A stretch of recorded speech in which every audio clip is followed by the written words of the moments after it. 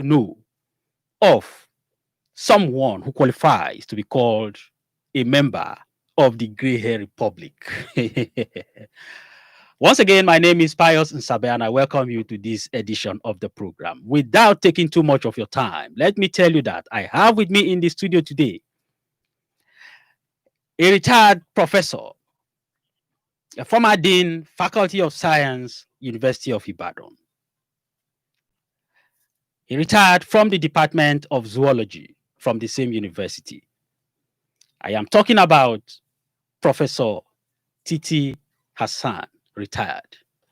Prof, you are welcome on the Grey Hair this beautiful afternoon. Thank you very much. It's nice having you around, sir. Thank you. It's good to see you again after a very, very long time. Well, life goes on. Well, before we begin, I must let my listener know that I was fortunate to have gone through in a father figure to your students. And Thank you. It's quite an honor having you in the studio with me this afternoon. Thank you very much. Prof, how has life been after retirement? Or better still, when did you retire? Well, I retired in year 2015 after spending 40 years as a lecturer. Fantastic.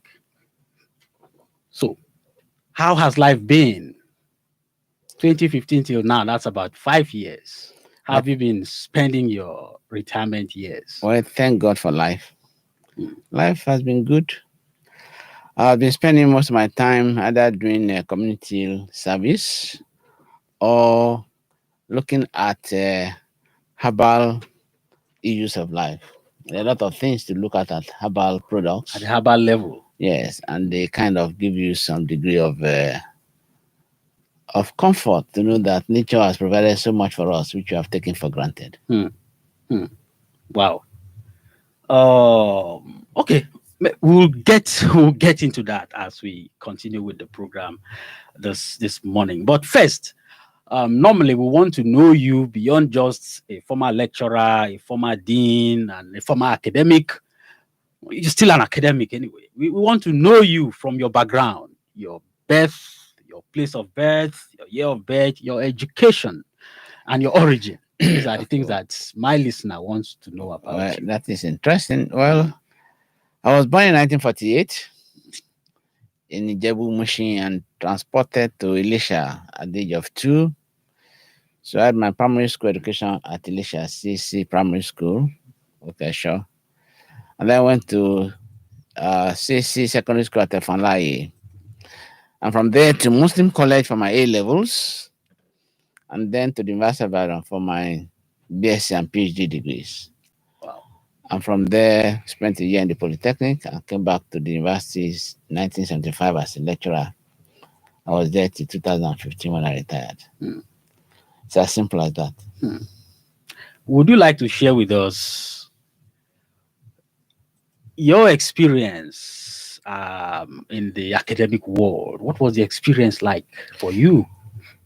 Well, the experience was extremely beautiful. Actually, what took me to academics was the love I had for my teachers at the undergraduate level, which was fantastic. Late Professor Ote was my supervisor and he was a great guy to me. In fact, he regarded me as his son. So the children look at me as their senior brother. So that kind of love me into academics. And then, of course, there was the serenity there then. Then you get to work. Your lecturers are there till by 8 p.m. And the morning they're there, of course, yes, you reverence them, you know. And then, of course, when I joined, it was the same thing until when things begin to ebb and people begin to look for money. That was a time when everything in the university began to look funny. That was when Gowan sacked the lecturers from the academic residence. And of course, that gave birth to contractor professors, selling cement professors, and things like that. But after that, well, things begin to normalize. But the reality of it is looking at the students you are teaching. Their life is in your hand, and the way you mold them. And I'm saying it gives me some good pleasure to say at least that some large number of students still see me as a figurehead, and I haven't had about 12 professors. I haven't had about 12 PhD graduated, and about four of them are professors already. And so that gives you some degree of satisfaction. And all of them still communicate with me, all of them. And when you're in the department and you find out that you have a department of about 20 academics and you have about 18 of them has passed through you, then one way or the other you feel fulfilled and you think that it's time for you to carry your load and go into retirement. So I didn't have to wait until 70 when I retired. All right, Prof. Let's talk about your growing up days compared with what we have today as a young man growing up. How was it like? How was the experience like? No, the two are not comparable at all. How? Well, when we were growing up, it was a community affair. The man 4 doors away can discipline you, and your parents should be grateful for it. Unlike today, when even your next door neighbor cannot talk up to your child, and you don't ask him to shut up. No, so there was this bond that made people actually. There was no fear. There was no fear that I'm hungry and I go to the third house and they are eating and I join them. Today, it's no longer the same thing. That bond is no longer there. We have become too individualistic, and that is a part of the present society. And also, when we are growing up, you find out that there was trust, there was this fear that you must do what is right. In school, you take a pencil home. Your parents will insist that pencil must return back to the owner that day, not the following day. And your mother, if it doesn't follow you to return the pencil, your father might be angry with her. No, it doesn't matter. You say, okay, it doesn't matter, it's just a pencil. You don't even ask questions? Yeah, no, nobody asks questions. Then you bring money home, you're in trouble because you have to say where you got the money from. Because your mother will shout, "Ẹ gbà mí o, ẹ wá wọwọ́ dé, you fẹ́ kó bá mi o."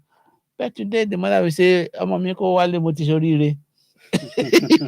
That kind of thing. Wow. So those are the differences. But of course, technically, we're much more advanced. At age 7, maybe you are still battling with being persuaded to go to school. Today, at age 7, a child. So technology-wise, we are moving forward. But in terms of integrity, society is losing a lot compared with what we had when I was growing up. You see, there's this particular question I like to ask my elderly guests like you when I have them in the studio. And that has to do with this issue of generational gap between your time and now.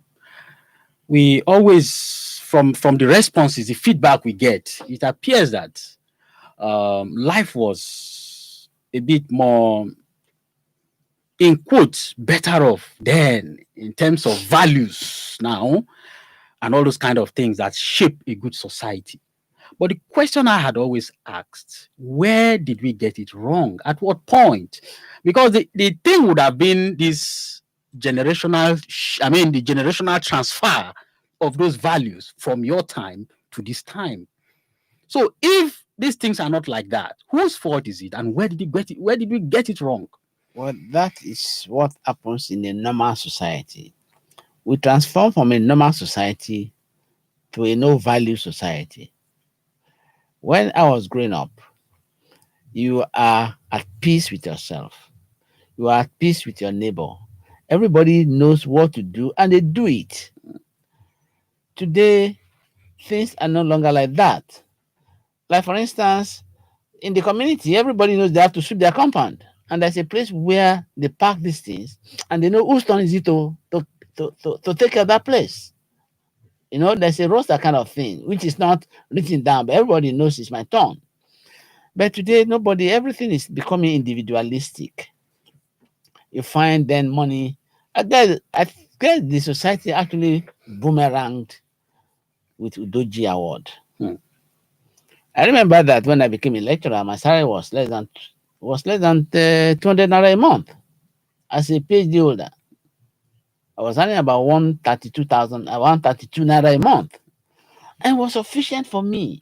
I can tell you that the first time I changed my car tires, four of them at the UI petrol station, four tires I pay 144 naira for. Four tires, not tubes. Now 144 naira cannot inflate my four tires, let alone buy them. Then what happened? Udeju came So much money came into the society and people lost values. And because of that, people now see that money is an important issue. Before it was not. What was important? Let's read the academics, which I'm much Yes, familiar with. yes. You are contented to live in the university in the university quarters. There's no big deal about you struggling to build a house until maybe you're in your 50s or 60s. Then you are thinking about the house you retire to, not the house you want to use for rent, it's the house you want to retire into. But then, of course, things change. People are sent out of their accommodation. So it came to them that, well, this is not a safe situation. I can assure you, when I was a young lecturer, the fridge in my house was owned by the university. And if it gets bad, I just need to go to maintenance and tell them, come and fix it. It was part of my making life convenient for me to settle down and do my work. So I don't have to bother about mundane things like that. There was a maintenance place I take my car to, they do it for me. But today, you must just provide everything for yourself. Mm. Now people are building their houses. You must generate power. You must generate what Water. you must be your water resource manager.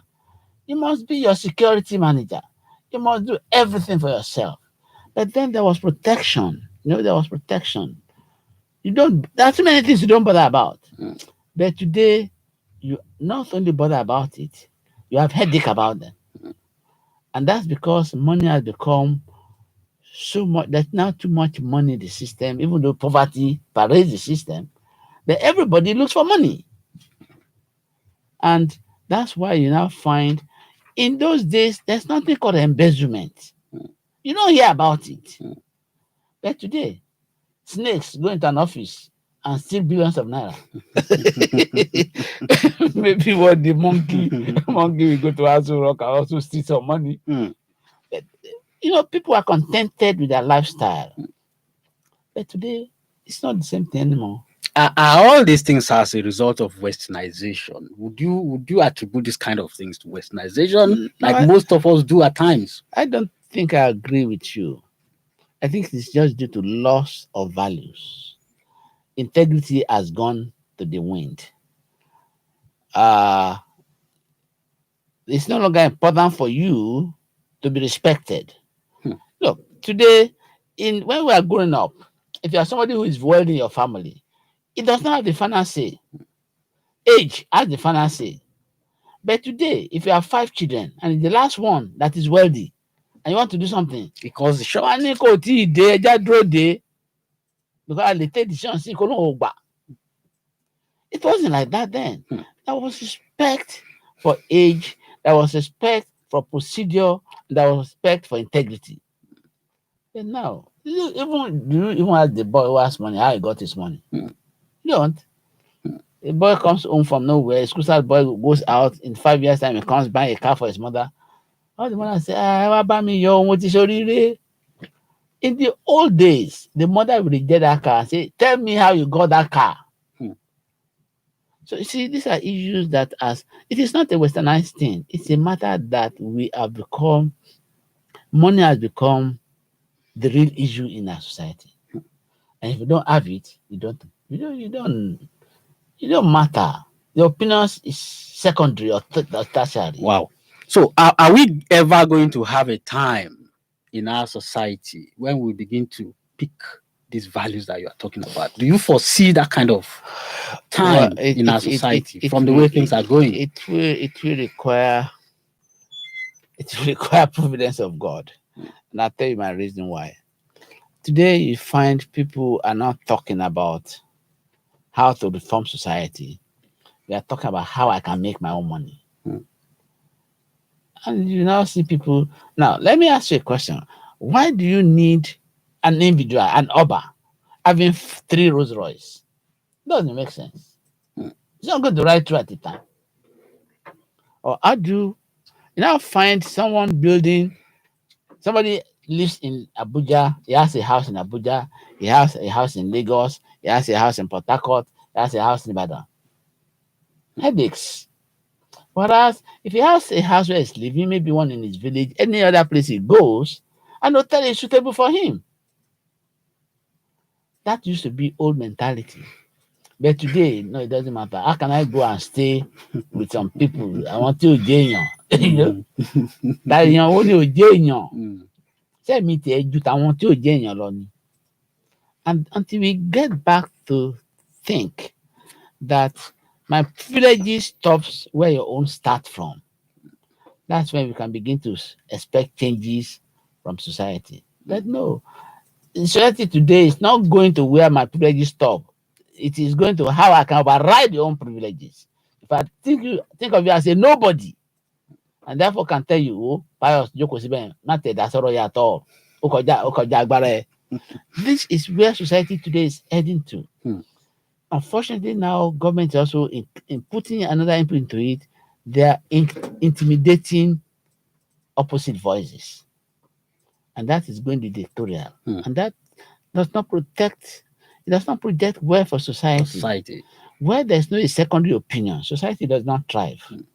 Society thrives where everybody is allowed to say his mind, provided it's not going into Abusing other negativity rights. or Other rights. abusing issues. But once it is simply for the good of society, but where are the people who are thinking of good of society? That's why I asked you, Prof. Where are the people? I don't know. I should ask you too. Okay.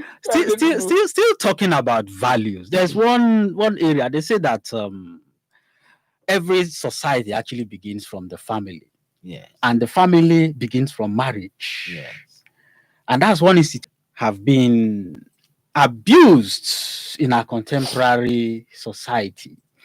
But we see in the years past, couple get married and live together forever. We don't have occasions of divorces and other issues that threaten marriages today. But today, it appears, I mean, divorce appears to be rampant in marriages. Now, if you were to speak to our young people, how would you, in terms of choosing their spouses now, what would you tell them? Well, let's look at it from our own backgrounds. Mm. When a young man then sees a girl is interested in, he doesn't even have the energy of going to talk to the girl. He talks to his parents, to his mother first. Then the mother trembling will go and tell the father. And then the father will say, ṣé òótọ́ ló fẹ́ ọmọbìnrin ó fẹ́? Then they will now appoint an alárinà who is a go in between. And that's why the Yoruba say, tí tọkọtìyàwó bá ti mójú ara tán, alárinà á yẹra. Because it's alárinà that. So you find that too many people involved in the marriages then. The alárinà is to unite the family of the man with the family of the girl. And after that, they do all their independent training of society, of the families involved, see whether there are problems that are there. And once they agree, the girl is not only getting married, Mm. it is not only getting married to the husband, it's getting married into the family. I don't know what I get. I mean, I get your point. so see, anything happens, the boy cannot just one day say, carry your load, go.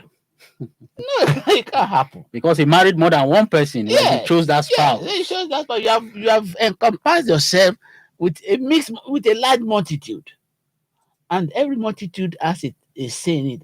Má ṣe bẹ́ẹ̀, báyìí la ṣe ń ṣe, ẹ̀wọ̀n tí nǹkan bá rí báyìí, báyìí náà ṣe ń ṣe, yẹ ká wá díẹ̀ ká, you know, you talk to people, they even now say, let's talk to your pastor. Pastor then has great influence.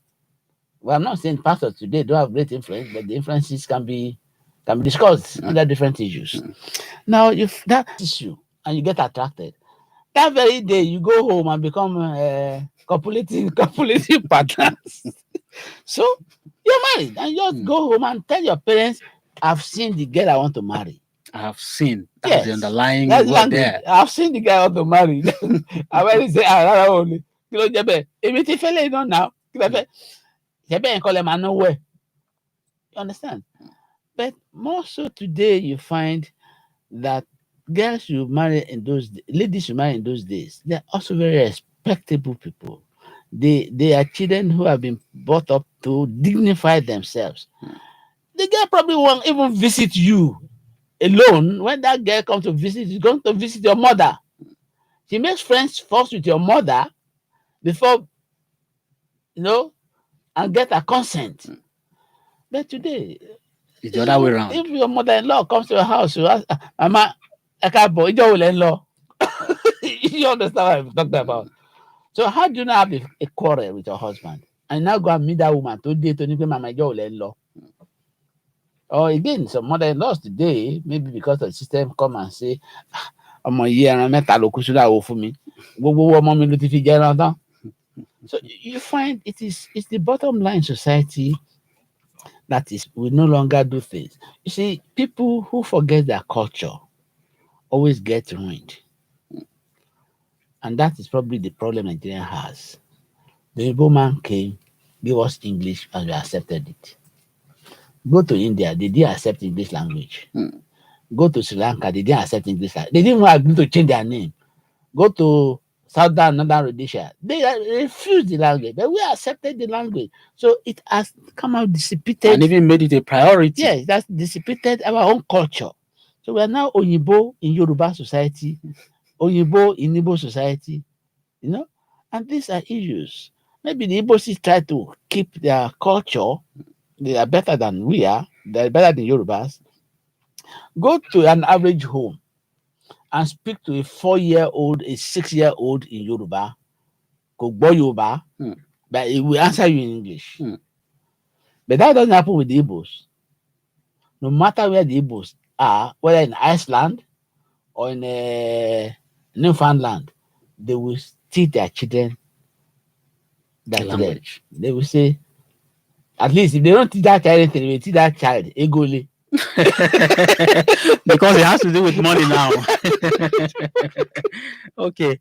But some people think it's old fashioned speaking languages and upholding our culture. I mean, we need to move on. The world has become modern, so we need to move the on. world has become modern. But please don't forget our language that says, Odò tó bá gbàgbé orísun ẹ̀, ó máa ń gbẹ ni. All right, Prof. Let's now talk about you particularly, your lifestyle. As you are growing older by the day, you need to grow younger as well. Do you have a particular lifestyle you have adopted? Because a lot of people are listening to you. To start with, you are well educated, and I'm sure that you have quite a lot. Our listener would learn from in terms of your lifestyle. Do you have some do's and don'ts, the things you do and the things you do not do in order to stay healthy longer and younger? Well, the issues, the most clear thing is, do not use your health to run after wealth. Because at the end of the day, That's deep. you will use the wealth to run after your health. We have different purposes in life, and everybody must be prepared to accept his purpose in life. I cannot envy you because there's nothing to envy about you. Because God has created me as an individual and you as an individual. So every individual must be able to realize his own potentials and pursue it, and not pursue somebody else's Potential or destiny. So you find, so the first thing you have to think about is you have to be contented in life. If you're not contented, you're going to also. And if you're going to also, stress will enter into your life. And when stress enters into your life, it will affect your health. High blood pressure will come. Heart, cardiovascular issues will come. Diabetes, you will not find time to eat at home, so you eat junk food. Diabetes will come. So at the end of the day, you have crisis.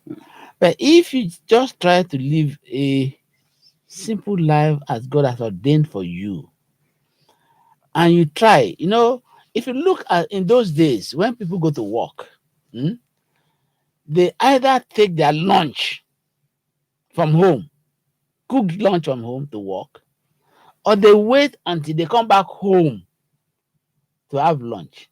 But today, it's tantalizer, Mr. Big, yeah, come back. So we are now living on junk food. But junk food has its consequences, even though it's expensive. But when you eat the simplified food, which I'll give you a funny joke. Some years back, I'm talking about 30 years ago, we went to see the mother of a very affluent friend of mine.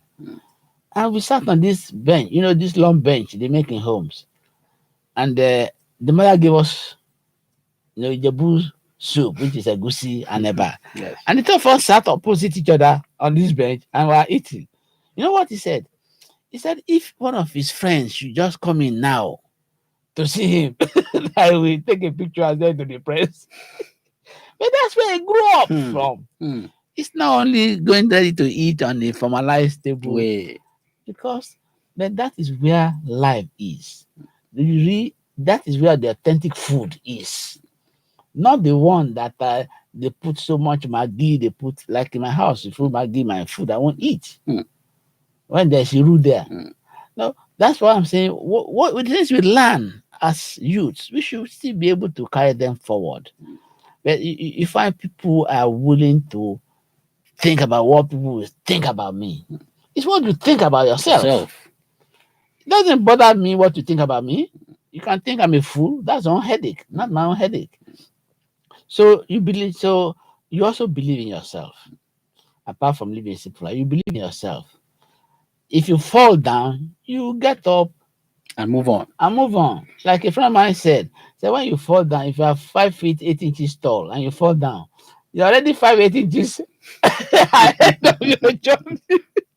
You understand? Wow. And therefore, there's nothing in life that is stagnant. So you have your humility, you have your stress-free life, and then you are contented with what nature has given to you, And you move on. and you move on.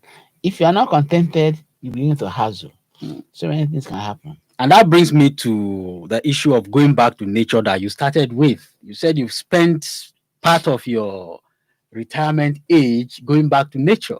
Oh yes. Well, thank God that things, good health is there, but you find out that there's so many things nature has provided. About 15 years ago, I was fortunate, and I use the word fortunate. I was fortunate to meet with a very reverend gentleman, very educated. He's in his 80s now. He's about 82 years, 81 years old now. Hmm. That's the very Reverend Mike Oye, who is an itinerary missionary and preacher. Okay. And he introduced me into herbal medicine. And I told him, I said, Papa, this is Babalawo. But he said, I'm a reverend gentleman. You are an ordinary person. you know. And I said, okay, that's true. You have invited me to your church annual convention, and I was there for 3 days. So, and he taught me a bit of herbal medicine. And with time, you now see I should come, I'll go and see him, and we talk. This plant is good for this. For headache, there are a lot of plants there. For stomach ache, there are a lot of plants there. For critical issues, there are a lot of plants there that can resolve these issues Hmm. without side effects. There is no Oyibo medicine that does not have a side effect, even Panadol, you know. But with the herbal thing, which if you begin to know them little by little, you can't know everything, of course. But with little you know, you can either use it to help yourself. Like for instance, if I have headache now, I'm not going to look for Panadol. I'm going to get to my wife's kitchen, take an onion, slice it, and use to rub my head, my forehead. And in less than 2 minutes, the headache is gone. Has it worked that way for you? It has worked for me. I've talked to so many people, even abroad, and it's worked for them. There's simple things God has made. Life, you see, that's why I say the most important thing in life is to live a simplistic life. If you are this high up and your shoulders are too up, you do not even know that the weed in front of your house can cure your hypertension. Or you say, oh, it is too dirty. Hmm. Simply, but you keep on using your pills, and at the point in time, they say you have to increase to another, you have to combine another pill, To another and to another another and to pill. Well, another. So what's the message here? the message here is that everybody go back to nature. That's where we all come. That's where we come from, and that's where we return to. And the reality is, there's nothing. You see, you go to India or you go to China. Now there's a flood in a market of Indian herbal medicine. a flood of Chinese herbal medicine, which are people are prepared to buy. Meanwhile, the same one day I went to a shop. I won't mention the name of the shop. I went to a shop in ShopRite, and I saw a capsule. It's made from a vegetable that I have in my house, and the capsule of the bottle of 60 capsules is sold for 15,000 naira. And this is what I can just pluck in my house, and either grind and use, or eat as vegetable. Our people are prepared to pay for that one instead of go. Meanwhile, even that one has been posted, instead of going to the real thing that is in your house, It's all right. The program is The Grey Hair on Pensioners, 106.7 FM, Agbarigo, Onireke, Ibadan. My name is Pius Nsabe, and I have been talking with Professor Titi Hassan, a former Dean, Faculty of Science, University of Ibadan, who retired from the Department of Zoology in the same university. The program is The Grey Hair. We will be back after this very short, necessary musical break. We have quite a number of issues to talk about, particularly as it affects the education sector. Please stay tuned. With silver traces in their hair, there's so much wisdom they can share. I know of none that can compare with old people.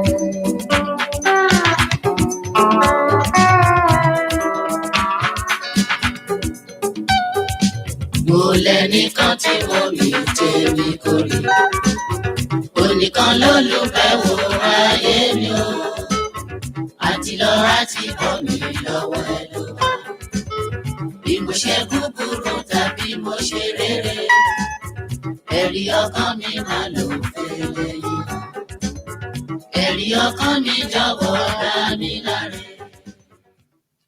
welcome back.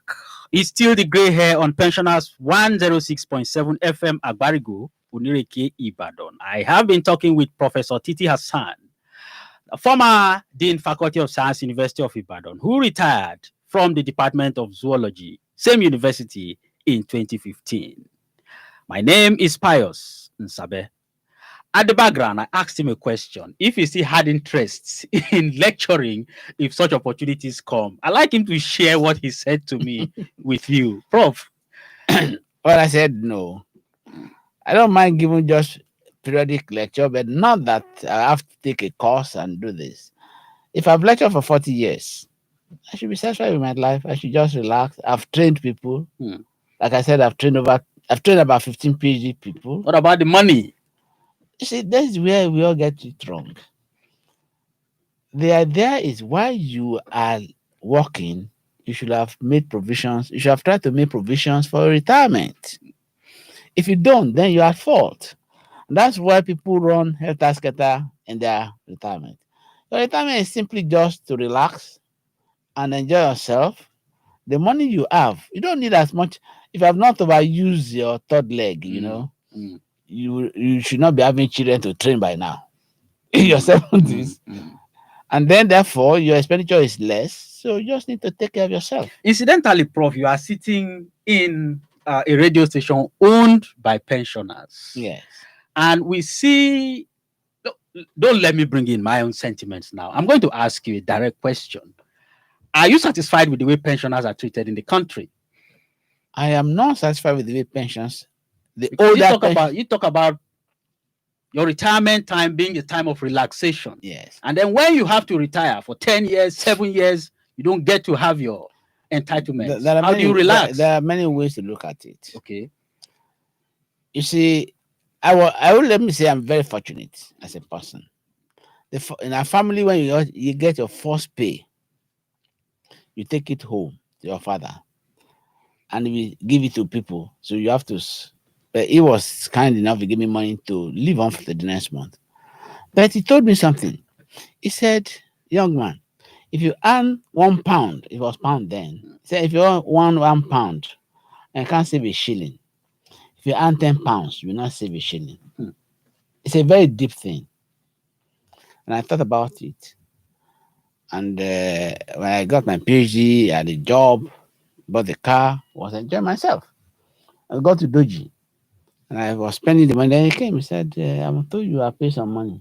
I said, yes. I said, what happened to it? He said, I'm spending it. He said, no. You must go and buy a plot of land. I said, Landy. Keep on saying it. I said, don't be stupid. Go and look for a land. And that's how I got a plot of land. With his help, then I bought a second car and he came and said, you buy a second car when you have a land. Go and build that land. Believe it or not, before I was 35, I built a house. Thank God through the help of Federal Mortgage Bank. But that was the truth. And since that time, I got to know that you need to save money for retirement. Because he told me then, he said, Onishowo will need the saving retirement because you keep on doing it. But Onishowo, it just about he said, in fact, he said, you live in a house where the rent is paid, the furniture is free. He said, when you are living, you only live with your portmanteau. I said, make it. And that's why before at the 33, I refused university accommodation. I went to rent a place for myself so I can buy everything on my own so that I don't live with just portmanteau. Now, a lot of people spend their money on irrelevancies. Government also assists them to do that. Now, let's talk how we can help ourselves. We'll talk about government issue later on, but the individual now. Yes. I was talking with a friend when I was still young, and he said that you get a car loan. And he said that we finished paying the car loan. How much was we were paying about 27 naira per month. No, about 27 naira per month. And when we finished paying, you know what he did? He was putting that money into a savings account. So 4 years later, when our car loan was expired, it was able to buy a car without another loan. We were looking for another loan to buy a car. And he said, now we're now talking and said, when you get a promotion, okay, you're on level 10. Hmm? And get promotion, there's usually get promotion from level 10 to level 12. Yes. You get to level 12. When you're on level 10, you used to entertain with Coke. Eh? Yes. When you get to level 12, you begin to entertain with Five Alive. You have not got a promotion. All you have done is transfer the benefit of the promotion into entertaining your friends instead of keeping that money for a rainy day. That's why you find most people, even in their 50s, they don't have a plot of land. When they're about to retire, they're just starting a house. And there's a foolish thing that happens to all of us. It happened to me. Your 50s, you want to build a house, you go and build a very big house, forgetting that your children will soon leave. You understand? Why is that an issue, Prof? It's an issue because when your children leave, you're alone with your wife in the house. And the house cannot be divided into four. Let me give you a funny joke. There's an elderly professor friend of mine. He built a house for himself, modest house. Then I put, he has fortune, and I built, this suite, one room, one bedroom, one kitchen, four of them like that at the back of the, and it was going to be 80. And the children, the fortune are abroad. And they came, they want to give me an 80th birthday party. And they came and they said, "Oh, daddy, you're already in town." And he said, "Which time are you in?" At the day, you say, "Me, he doesn't see the need for the house, he has been for them." And the man was very sad. Even on his 80th birthday, he said, "Mo call if you want to do it." The point I'm saying is, once you are reaching retirement age, think of yourself. That child will take care of yourself. Don't see your child as your ATM. It may not be your ATM. Because akoko toju are ko to ranti pon bo wa toju e. So you should try to ensure that you have taken care of yourself. But don't spend all your money. Don't take all the money to nightclub. Be apology. And with all apologies on women. Because a lot of us do it. You are 50 something, you go and marry a young wife. You are marry your trouble. Really? Okay, now let's talk about the government. Yes, I wanted us to look at that too. You see, now with the PENCOM, things are getting better. Good enough, I'm on the PENCOM side. But I have some friends on the old pension thing. Government is not treating them well at all. Because even when they get an increase, it doesn't come. Like I was in the station, I was talking to a judge recently, and he said that pension has not been paid for some years. Only the current governor has now paid their pension for them. Your state. Yes, your state. Why do you, that means for about 10 years, nobody who retired as a judge got a pension. So what does he do? And you don't want him to steal?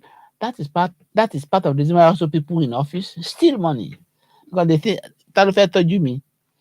But again, government also help the pensioners to live a poor life after retirement. And I'll give you an example. I am a director in an office, and you give me 2 official cars. Yes. 3 cars. My wife will take 1. And then I retire. And you withdraw the 2 cars from me. What happens? Or you ask me to go with 1. Will my wife release the one she's been using? In fact, that's what killed a friend of mine. He was a permanent secretary in your state here. He retired and his wife got his car and he was just crossing the road and he died. I wouldn't like to mention him, but people who in the state would know. It was a very formidable pensioner in the state. Now, the issue is that government is not doing its part. The PENCOM is not trying to solve the problem. I must commend government for PENCOM issue. By the time PENCOM is fully on board, I'm sure pensioners will be able to smile to some extent. It will not be a big smile because they should give them their money instead of asking the PFM or insurance to a middleman to paying them. To paying them. Because we're already having issues in some quarters. Anyway. Because if you pay them all their money, even with the PENCOM, there are still issues. If you pay them all their money, they can invest it. They can, like for instance, if you pay me all my money, I put it into a trust. I can earn more money than you are paying me, and my capital will still be there. But here I'm losing my capital gradually. But nonetheless, it's still better than what it's before. But like I was saying before, if each individual has tried to take care of his old age while still working. I had an elderly friend. While he was working, he was building small, small bungalows. Mm. And by the time he retired, he had 5 of them. Yes. You know what he does? He told his friend, "So every 5 years, I will sell one. And that's my gratuity for the next 5 years." Mm. And that's what they were not big things. They were just modest three-bedroom bungalows. Mm. And he will sell one. And we live for the next. He's still alive. He has sold three already. That's He has sold three already. wow. That is somebody who knew. Mm. Ó dẹ̀ pé ọmọ ẹ̀, "Tẹ́ bá mú owó wá o, màá So gbà he á." didn't say he was having this for his children. No, It was for for himself, himself. his own Yeah, investment. it's Having investment. trained his children, he felt he had Yeah. done And he told enough. them, "Tẹ́ bá mú owó wá fún mi, màá gbà á. Mm. Tẹ́ ẹ̀ dẹ̀ mú wá, kò matter." Prof, let's go back to the education sector in the country now. And that has to do with this issue of the perennial strikes that we have, particularly with the ASU, which you were a member. Yes. When Well, is this thing going to end? it may never end. However, it requires government to fulfill its promise. Look, you see, don't let's fool ourselves. Eh? Many of us are seeing people. In those days, people were in academics, were people who dedicated their lives to it. Today is a mixed grill, but nonetheless, as a mixed grill. Okay, look at it from this perspective. You are a student, you have a student who left. What is the salary of a professor? Terminal salary of a professor is about 503,000 naira a month. And how does that fit into society when a DG in a DG somewhere earns 4 million naira a month and it's a student? Let me give you a live experience. A professor in UI was invited to come and give a lecture in Lagos. Just 2 hour lecture Yes. by a private company. And he went, they fitted him into an hotel in his suit in an hotel. And the man was wondering, wow, he has never seen anything like this before. And he gave the lecture for 2 days, and he left. A lecture 1 hour today, 1 hour the following day, and he left. When he was going, they gave him 200,000 naira as his honorarium. And the man said, "Wait, here she owes some for me." His salary then was less than his salary there as a professor was less than 120,000 naira a month. And they gave him 200,000 for a 2 day lecture. And that's why shares she owes some for me. Because he's a man of integrity. He didn't want to take money that didn't belong to him. So when you think of that, and you now relate it to people who are trying to build other people, who is a medical doctor, he was taught by a teacher. Who is an engineer, he was taught by a teacher. These are people in society you take care of. But okay, give us money. Are they is also asking for money? Are they asking for salary? That's where to look at it. We thought it's salary people are always asking for. No, they're not. They are asking for infrastructure development of the system. While some, for instance, part of the have test fund in academics, that's part of ASU benefits. You have if you go to many universities at many campuses, you see this building was bought by test fund. What ASU is saying is, do not let us come you will say 5-year renewal of our agreements. What we have agreed on, pay or do it. They won't do it. When things break down, then the CSO is going to strike again. I am not an activist. I've never been one, and I may never be one, but I know what I believe in. But I think give to Caesar what belongs to Caesar. Look, you are buy a car.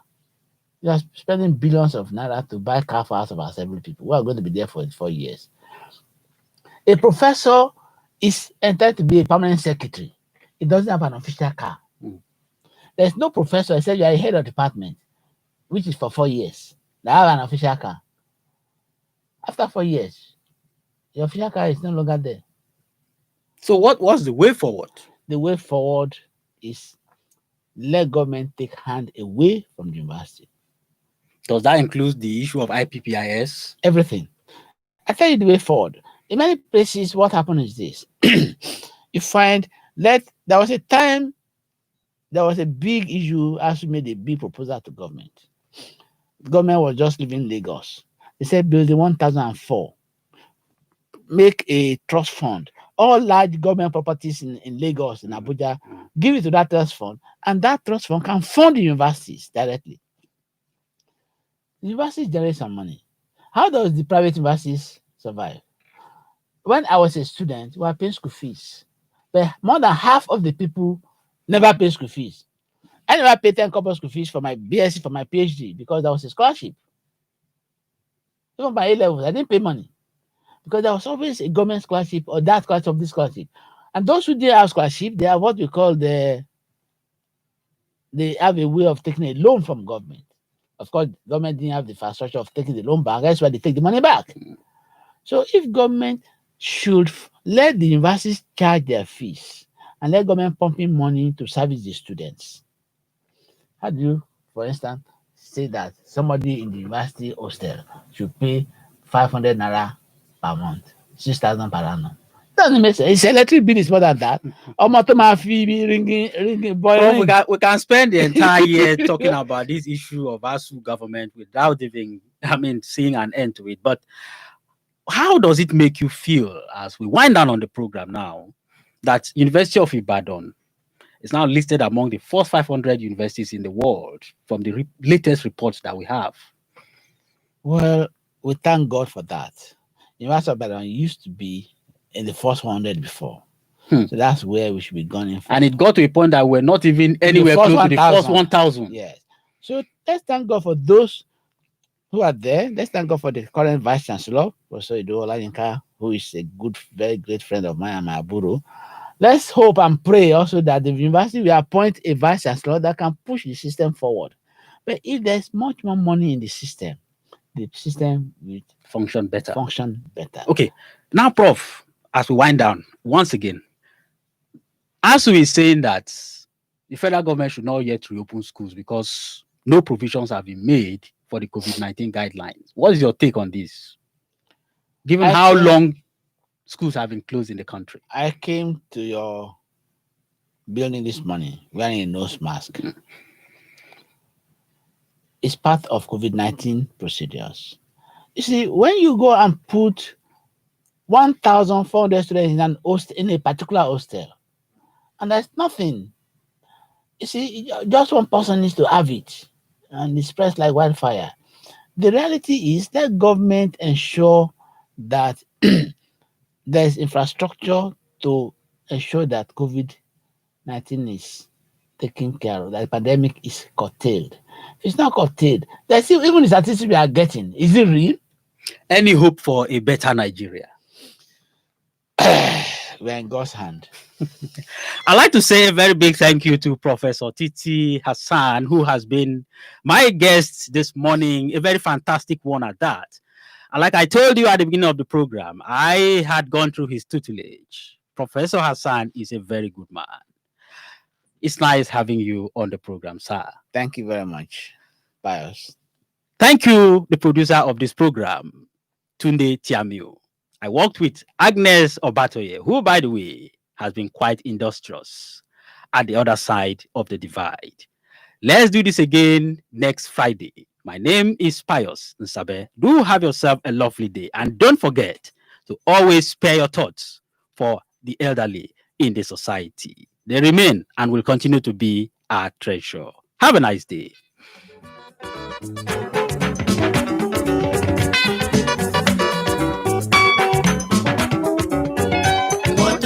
Sẹ́nu lójú odi tó ń dàgbù lára láìsàn ó ṣe lákáláká lójú arọ òkùnkùn ọmọ kẹlẹbẹ oníkàfọjú wa mú nǹkan yangan òjijì wò wá.